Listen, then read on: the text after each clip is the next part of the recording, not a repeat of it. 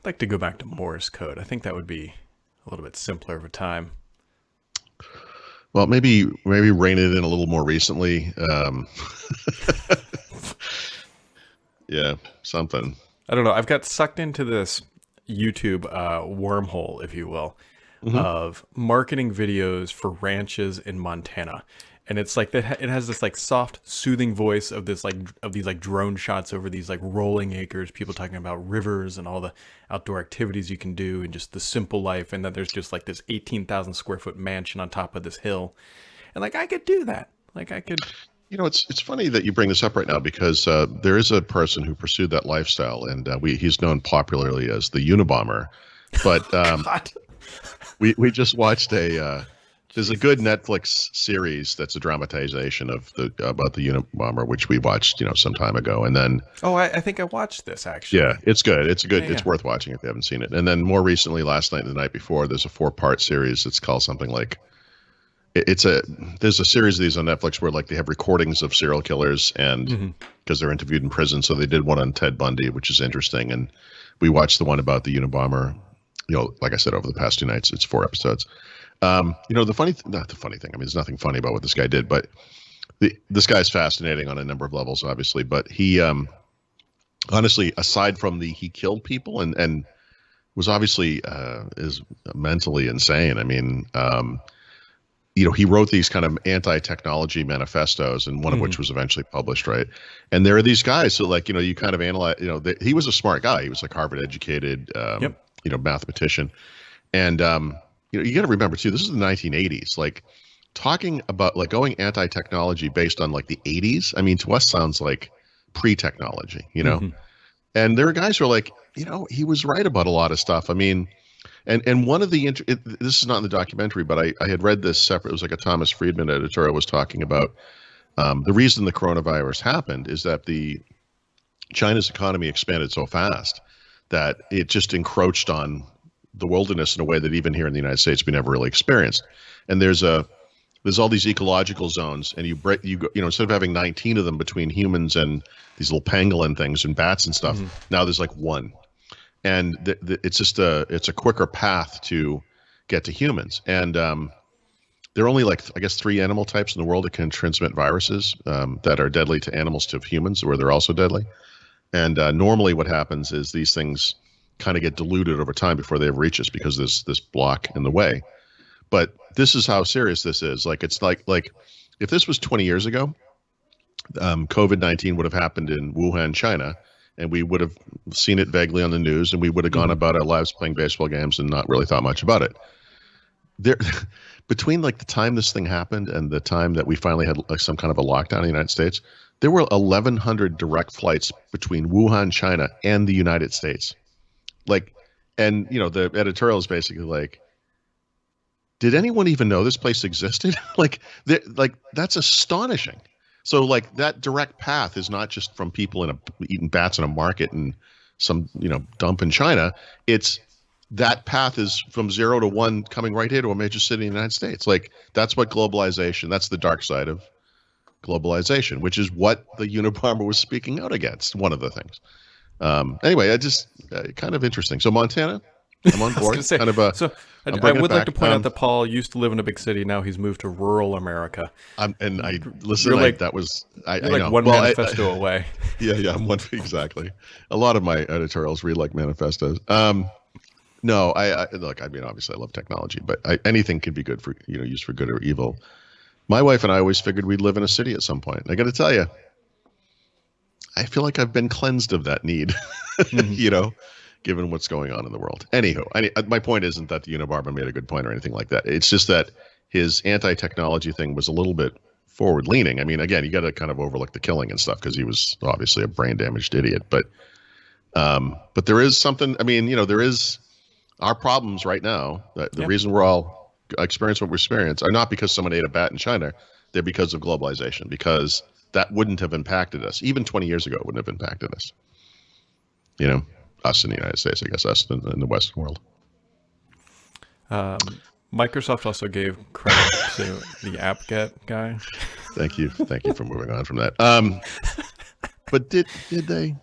Well, they did it the worst way possible. They stole his idea. They got popular headlines with it. Then they came back and said, "Ah, yeah, we kind of did interview that guy, and he did help out and contribute, and we'll give him one sentence on the bottom of a blog post that is in a very obscure place on the Microsoft website." But don't worry, folks, we're not cutting him any checks, so you don't your dividend. Yeah, and see, this is the problem. People, again, people can be terrible, and they're like, "Oh, I don't understand what the big deal is here. I mean, isn't this what open source is all about?" Blah blah blah.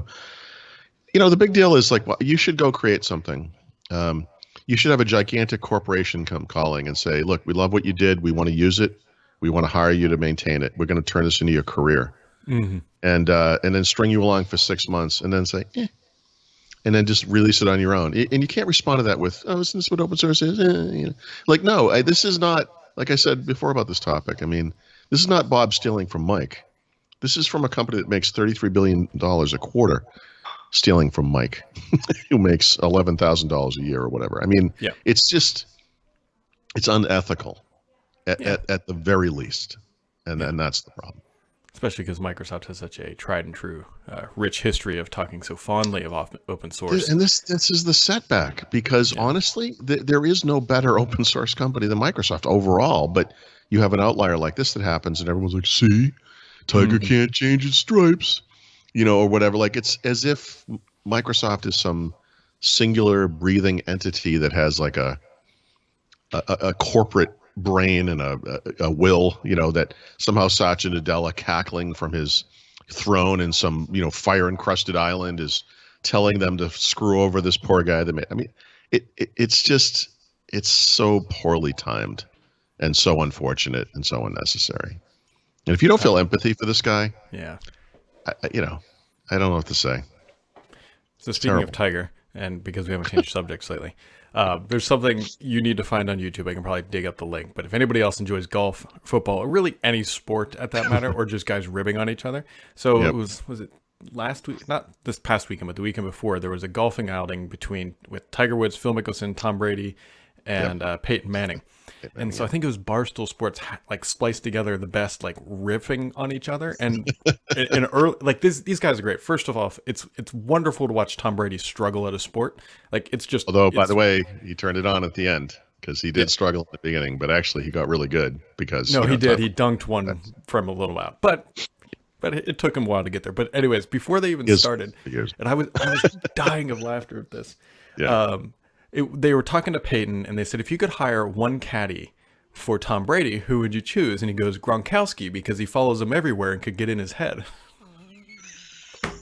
For those who don't understand that, Gronkowski came out of retirement to go play with Tom in Tampa.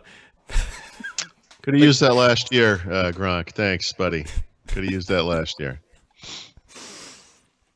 Yeah, it's worth a watch. That and the squirrel video will just brighten up your week a little, because it has been a week, as they would say. It sure has. Yes, yeah, I mean, unfortunately, with everything going on in the world, and now it's like we don't, apparently COVID wasn't enough to deal with. No, I mean, seriously, no, it really is. It's horrific, And then, so whatever. I mean, here we are. We have to get it right eventually, folks. We will. Try it. Hopefully. Otherwise, we'll just ride all these pixel updates into the ground. I know, how exciting. Yeah. Feature phone, smartphones. Oh, so we should mention, tied to what we just said, Sony did postpone their event this week. They were originally going to have something on Thursday. So like Google did with the Android 11 event, they've decided to postpone, because obviously this is not a great time. Although, I will say, it must have been Saturday when that SpaceX thing went up. I was thinking to myself, man, Google cancels an Android 11 event, and we're celebrating people going into space. It felt a little weird. Well, the best memes that came out of this were these guys were the smartest people. They literally just got off the planet. Leave the planet, exactly. This is the time to leave. Although then they probably brought coronavirus up to the guys in the International Space Station. Have you looked at any of the videos from inside that capsule that they launched up in? I'm pretty sure there's iPads in there. Oh, yeah, probably. Yeah. They have the big 3 screens, and there's actually a bunch of buttons there. I watched a tour of it this morning. There's a bunch of buttons for emergency procedures and all that stuff. It's not all touch screens, but I'm almost positive. So you have this dashboard of screens from SpaceX, and then up above are just look like 2 iPads just bolted onto the thing. Yeah, they're probably like binge watching Cougar Town in their downtime. Or stuff like that. I don't know. Well, I mean, they Anyway, did have 19 hours after launch. that's exactly. Look, I'm not embarrassed to it. I mean, I tear up at stuff like this. Like when that it's humongous. When that rocket kind of comes down and lands on the floating platform. Oh my God. This is it's exactly the feeling I had as a child. Like the first time that the space shuttle landed. And because it landed like a plane, and rockets are these things like they're still today. Like the rocket requires an explosion. It's like this crazy hard thing to get out of the atmosphere. It's terrible. But then the way they used to come home is they would come home in a capsule, and they would have to land over water because it would just drop out of the sky and land in the water. They go pick them up. So for the space shuttle to come back and just land like a plane, if you're just thinking about it, it's like it's awesome, And now, of course, they have this, these rocket parts used to be throwaways. They would fall into the ocean and never see them again. Now they can reuse them. And I just the fact that this is piloted like I mean, it's breathtaking. It's just, it's awesome. It's physics at its best, effectively. Yep. I mean, and by the way, what a great, I will say the one thing that wasn't a disconnect for me with that thing still going up on Saturday, given everything that's going on in the world, is just a nice little reminder that science is the answer. Oh, yeah. That this kind of anti-science bent that so many people are on right now is not just wrong-headed, it's dangerous and wrong. And there you go, that's science. Like it's science. It's science when they use slide rules to figure out the trajectory of a spaceship in the 1960s to circle the moon and then come back, or circle the moon, land, come back. They didn't even have computers as we understand them to do that. Science. They did it to prove that it was right, but they knew it was going to work. Can you imagine the pitch for that to the guys? Like, so what are we gonna do? All right, we're gonna go around the moon and slingshot back. And how do you know this? Well, the math looks good. Yeah. So how did you determine the gravitational pull of the moon? And then did you round up or down? Right. And you know that these things are moving in 3D space and that they vary over time and blah blah. Okay. Yeah. Oh, and you accounted for that. And you want me to get in this thing. And I'm sorry, this thing is built less well than my trash can. And you would like me to be in it with a 1-inch layer between me and outer space, the vacuum of space. And you use a slide rule. Yeah. Okay. Yeah, we'll go with that. The slide rule made the slide rule. Are we sure it's accurate? I just just want to make sure.